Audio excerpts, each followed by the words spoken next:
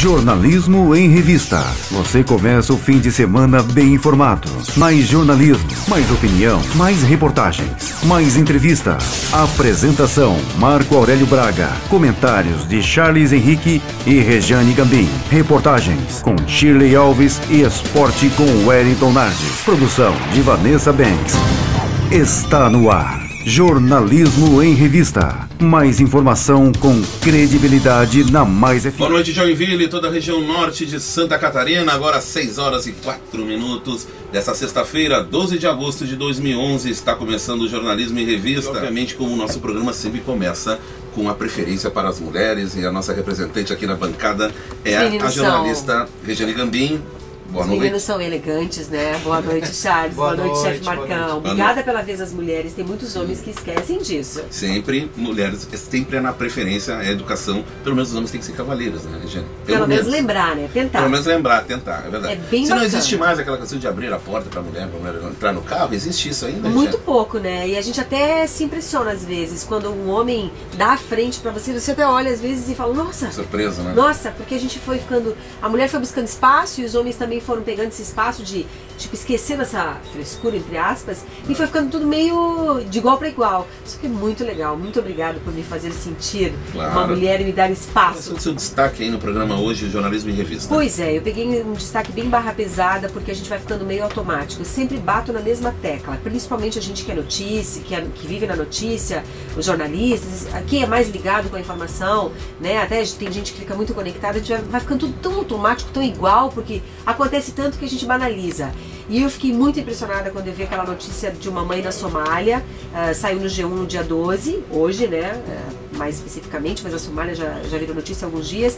Uma mãe de 29 anos que estava fazendo aquela caminhada, tentando encontrar um lugar para ficar, e ela estava com um filho de 1 ano e um de 4 anos, e no meio do caminho ela teve que optar e deixar um para trás. E aí eu fiquei me pensando, que absurdo, li primeiro automático e pensei, nossa, que loucura. Aí depois parei, para, Regiane, pensa bem o que é isso. Aí parei e pensei, meu Deus, a que ponto chegamos, meu Deus. Uma mãe tem que deixar um filho para trás e escolher. Aí a reportagem vai mais a fundo, fala que muitos pais estão enfrentando essa luta de ter que deixar um filho para trás para sobreviver quer dizer, salvar um para não perder os dois, né, ou de repente morrer junto, e o trabalho psicológico tem que ser feito com eles depois, porque você imagina o resto da vida viver com isso na cabeça. Meu Deus, se eu tivesse conseguido mais um pouquinho, se eu tivesse...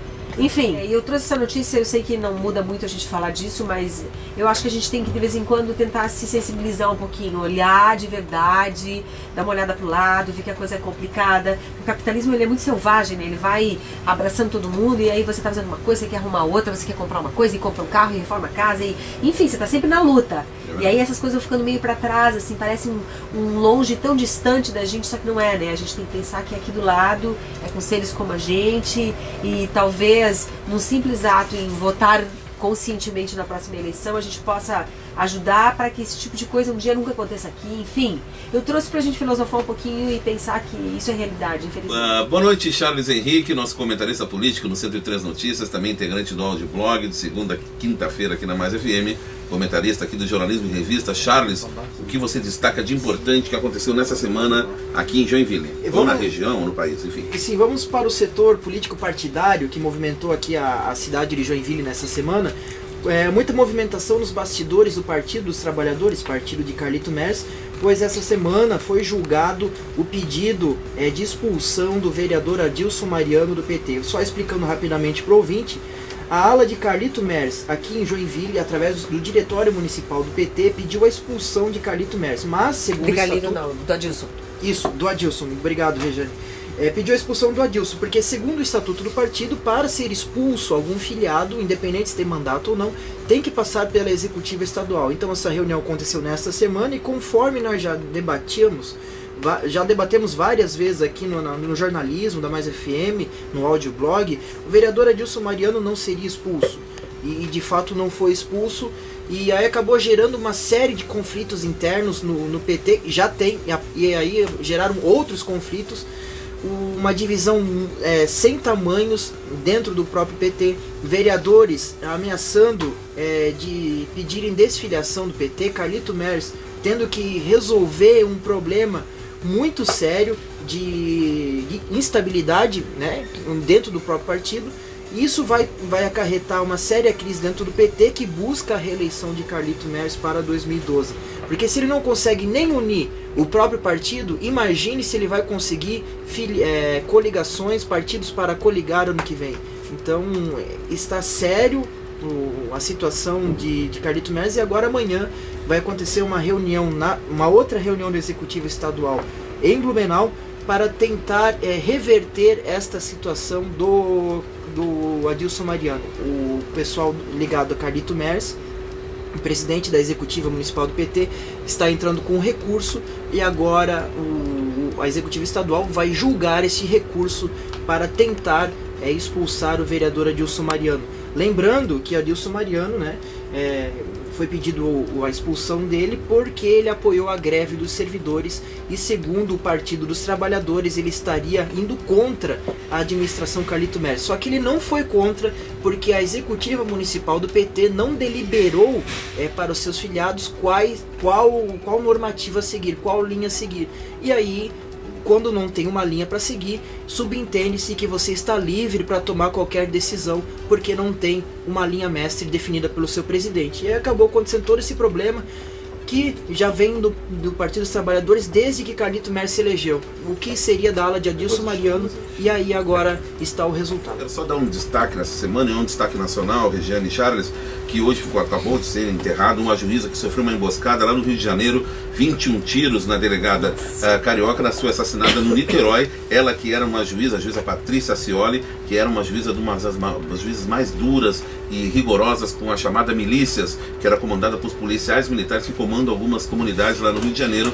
Um crime bárbaro que coloca em xeque não só a polícia e a segurança pública do Rio de Janeiro, mas a sociedade brasileira. Quando a gente chega num ponto em que juízes são assassinados, é porque a coisa está perdendo o controle. É verdade, Marco. Infelizmente é uma realidade.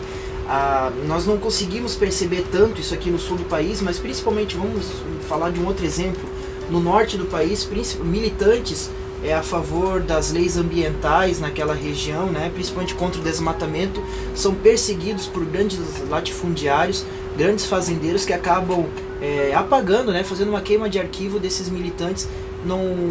Se nós fizermos um levantamento rápido aqui, nós vamos ver com certeza mais de 10 nomes que sofreram com esse tipo de perseguição lá no Amazonas, no Pará e outros estados do norte do Brasil. E falando até nessa questão desses crimes, você tem toda a razão, né? A gente tem que cada vez mais fortalecer a justiça, a polícia, tentar acreditar nisso, porque a gente precisa, né? Senão vira um país sem lei, aquelas coisas que você vê nos jornais internacionais, aí países onde as pessoas morrem, se matam e fica tudo bem.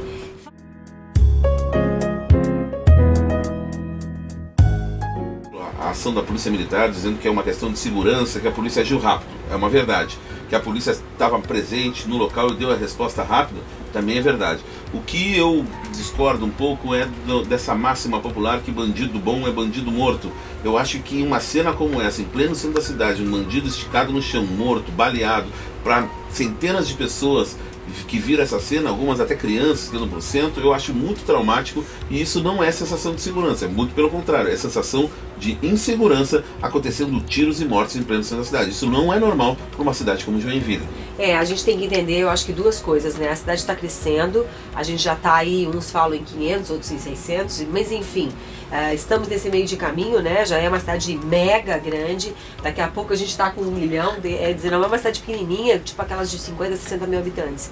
Isso impõe alguns perigos, alguns riscos, que é mais marginalidade, um pouco mais de dificuldade para a polícia, mas um dos fatos também causador disso, eu acho, desse tipo de situação, é que as pessoas ainda vivem aqui como se vivessem numa vila. Sair com 3 mil reais do banco é uma coisa inadmissível. As pessoas têm que cuidar. As pessoas têm que ter cuidado, têm que ficar mais atentas, né? Você tirar esse dinheiro da tua conta, você pode fazer um DOC, custa 7 reais um DOC para outra conta. Quer dizer, tem que se ligar um pouquinho. Esses dias eu ainda cheguei no banco, tinha uma pessoa completamente perdida, e aí eu falei, você precisa de ajuda? Com boa intenção. E a pessoa já me deu a senha, me deu tudo. Eu falei, não precisa me dar nada. Eu vou ajudando você no processo, e você... Quer dizer, as pessoas ainda são muito cruas, elas muito ingênuas. Você tem que se ligar um pouquinho mais, né? Porque é isso que também faz. A gente fala que a culpa é do bandido, mas a gente, quando se expõe muito e abre muito a guarda, permite que essas pessoas digam, é fácil tirar de bandido. É que nem tirar dois de criança, deixa eu viver disso.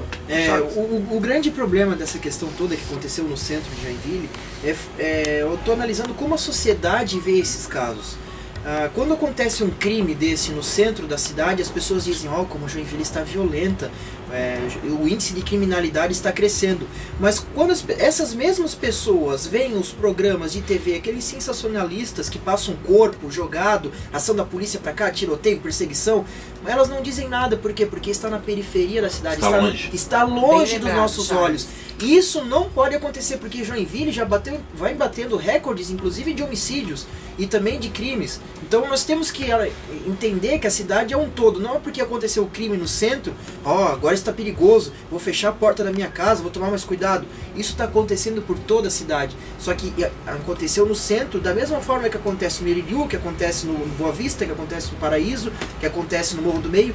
Infelizmente, e até a imprensa, quando acontece um crime desse no interior da cidade, na periferia, trata de uma forma, quando acontece no centro, trata de outra, e acaba gerando um medo excessivo na população, mas a população mal sabe que isso acontece todo dia nos bairros mais longínquos do centro da cidade. Exatamente isso, e o Charles tem razão, e é preciso tomar cuidado e fiscalizar mais essa questão também, envolvendo aí conflitos entre policiais e a sociedade civil. A gente não pode chegar num ápice. Eu fiz uma provocação essa semana no Twitter, dizendo que esse episódio que aconteceu em Londres aconteceu muito também, e o Basso, que mora na Europa, mandou um Twitter para mim respondendo, não, que os jovens aqui estão muito reprimidos e precisam qualquer coisa estopim para uma manifestação. Mas essa manifestação que aconteceu em Londres aconteceu pelo seguinte motivo: por causa da morte de um jovem negro na periferia de Londres que foi morto por uma ação policial. E por causa dessa ação policial que não foi bem explicada, de um suspeito, entre aspas, gerou todo um conflito que praticamente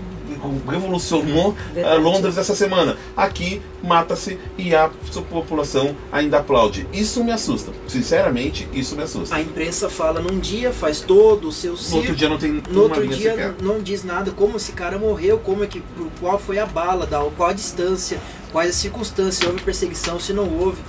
Então, 2 pesos e 2 medidas aqui no Brasil. E só para finalizar, isso que a Regina falou é verdade. Joinville não é uma cidade tão pacata assim. As pessoas têm que parar com isso e prestar atenção quando for a banco com muito volume de dinheiro. Quando a gente vai a São Paulo, a gente sabe que é uma cidade grande, sabe que é uma cidade perigosa, vai a São Paulo, Rio, Porto Alegre, Curitiba, a gente redobra os cuidados. Aqui em Joinville parece que a gente anda numa cidadezinha de interior. A gente tem que manter cuidado porque tem muita gente no centro observando a movimentação para assaltar principalmente mulheres, como foi esse caso, principalmente idosos, tem que tomar cuidado com isso. Abre o olho. Abre o olho. Jornalismo em Revista. Você começa o fim de semana bem informado. Mais jornalismo, mais opinião, mais reportagens, mais entrevista. Apresentação: Marco Aurélio Braga. Comentários de Charles Henrique e Rejane Gambim. Reportagens com Shirley Alves e esporte com Wellington Nardes. Produção de Vanessa Banks. Jornalismo em Revista. Mais informação com credibilidade na Mais FM.